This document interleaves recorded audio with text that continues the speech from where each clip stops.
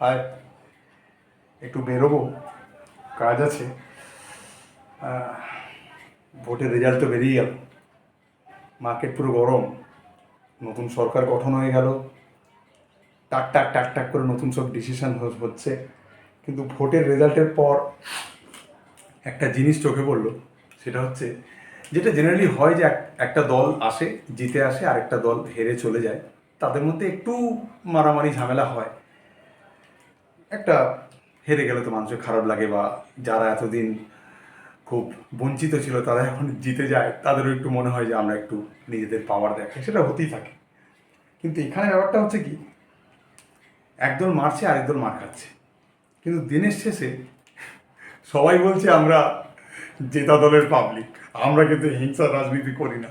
আরে তাহলে মারছেটা কে আর মার খাচ্ছেটাও কে? সবাই যদি একই দলের হয়, চারদিকে পুরো ধুন্ধুমার অবস্থা। উফ, হাসিও পায় এইসব দেখলে।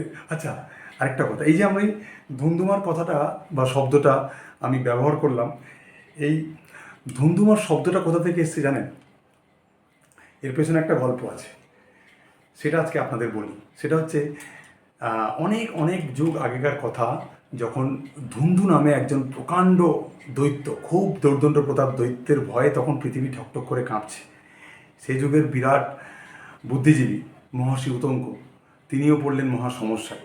মানে কোথাও একটু শান্তিতে বসে একটু বটগাছ তলে বা অশ্বত্থ গাছ তলে একটু আরাধনা করবেন, ধ্যান করবেন, তারও কোনো জো নেই।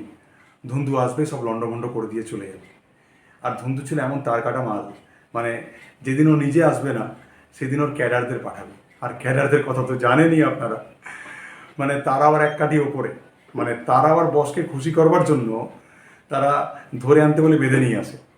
তারা মানে বিরাট উত্তেজিত জনতা, তারা তো বুদ্ধিজীবী দেখলেই প্যাঁক মারে, উত্তপ্ত করে, খেপায়, দাড়ি ধরে টান মারে। আর একবার তো মহর্ষি অপুর দাড়িতে লাল পিঁপড়ে ছেড়ে দিল, ভাবুন কি অত্যাচার।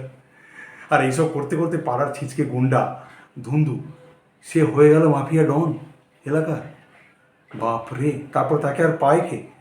সে কী করলো, চারদিক থেকে লোক লস্কর নিয়ে একটা গ্যাং বানালো, তারপর লোকাল পার্টির সঙ্গে হালকা শেডিং ফেডিং করে পুরো কাটমানি ফাটমানি খেয়ে অস্ত্র শস্ত্র নিয়ে একটা মানে ভয়ঙ্কর জায়গায় চলে গেল, পুরোপুরি গ্যাংস্টার। তখন আর মানে তাকে আর পায় কে? মানে তার সামনে কেউ আসতে পারে না, এমন অবস্থা। পুরোই পৃথিবী তখন হয়ে উঠলো অনাচারের আঁতুড় ঘর, বুঝতে পারছেন? আর সেই ছিচকে গুন্ডা ধুন্ধু এখন হয়ে গেল করাচির রহমান ডাকাত।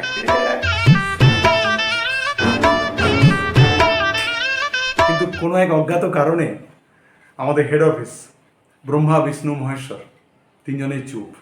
No complain, no affair, full setting, বুঝে নিন। কিন্তু এরকম করে তো আর পৃথিবী চলতে পারে না। চারিদিকে ত্রাহি ত্রাহি রব, সবার কান্নাকাটির রোল চারিদিকে।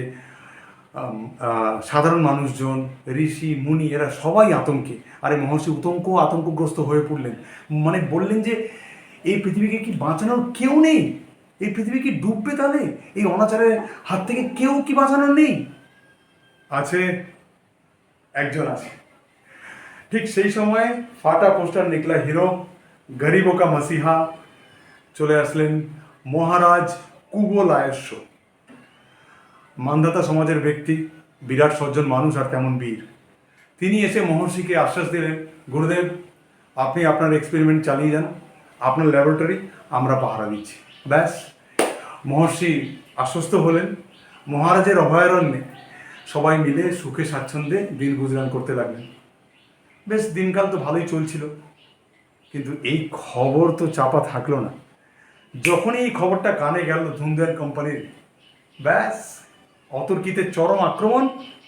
আর এদিকে মহারাজ কুবলায়েস্য কিন্তু হাত গুটিয়ে বসেছিলেন না, তিনি আগে থেকেই পুরো প্ল্যান করে, স্ট্র্যাটেজি বানিয়ে, গেম প্ল্যান সেট করে রেখেছিলেন।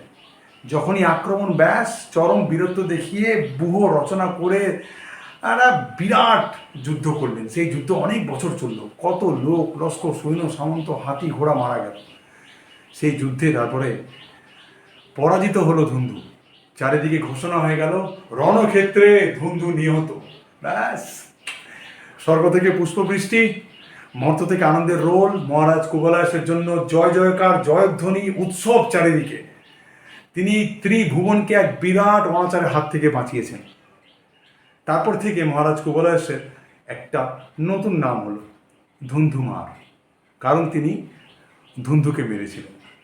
এই ছিল ধুন্ধুমার শব্দের পেছনের গল্প।